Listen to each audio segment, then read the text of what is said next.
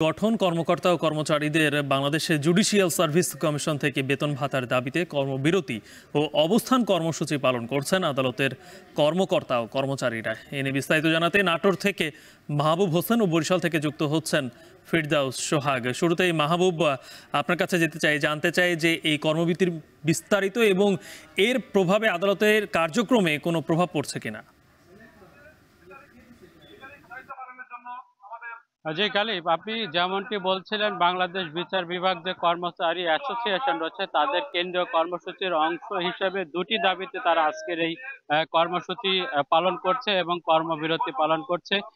দেখতে পাচ্ছেন যে এই মুহূর্তে নাটোর আদালতে যেসব কর্মচারীরা রয়েছেন, অর্থাৎ জেলা জজ সহ চিফ জুডিশিয়াল আদালতের যেসব কর্মচারীরা রয়েছেন তারা কিন্তু কর্মবিরতি পালন করছেন এবং সকাল 9:30 থেকে শুরু করে 11:30 পর্যন্ত তারা এই 2 ঘন্টার যে কর্মসূচি সেটি তারা পালন করবেন। এই মুহূর্তে কিন্তু যারা বিচার প্রার্থীরা রয়েছেন তারা কিন্তু একটু ভোগান্তির মধ্যে পড়েছেন এবং যেসব বিচার কার্যক্রম কিন্তু এই মুহূর্তে বন্ধ রয়েছে, যার কারণে এই কর্মসূচি শেষ হওয়ার পরে কিন্তু আবার বিচার কার্যক্রম সেটি কিন্তু চলমান রবে। তবে তাদের যে দুটি দাবি, তারা যেটি বলছে যে 2007 সালে নির্বাহী বিভাগ থেকে বিচার বিভাগ আলাদা হলেও যে 1 থেকে যে 6ষ্ঠ গ্রেড পর্যন্ত রয়েছে তারা কিন্তু এই 6ষ্ঠ গ্রেড পর্যন্ত তারা বাংলাদেশ জুডিশিয়াল সার্ভিস কমিশনের যে আওতায় তারা কিন্তু এসছে, কিন্তু এসব যারা কর্মচারীরা রয়েছে তারা কিন্তু সেই জনপ্রশাসন মন্ত্রণালয়ের আন্ডারে রয়েছেন।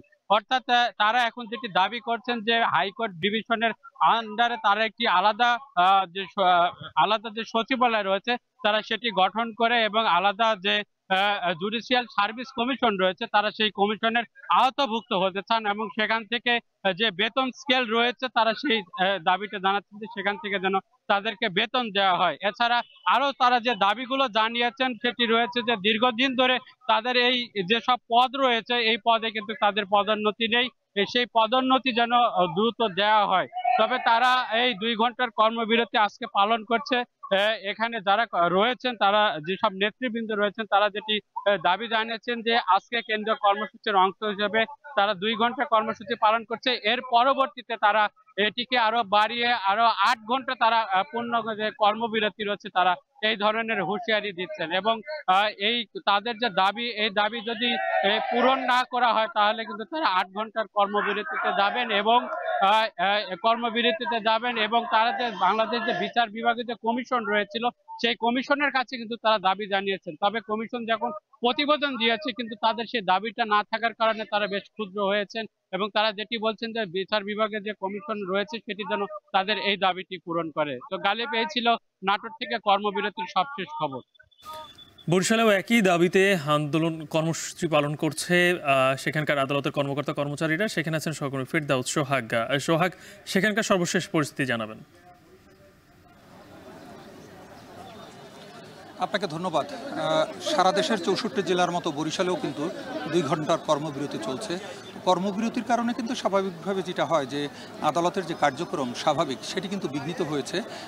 সকাল থেকেই কিন্তু আদালতের যে স্বাভাবিক কার্যক্রমের উদ্দেশ্যেই কিন্তু যারা বিচার প্রার্থী তারা এসেছিলেন, কিন্তু তারা কিন্তু যথাযথভাবে তাদের বিচারিক যে কার্যক্রম সেটি কিন্তু পাননি 2 ঘন্টায়।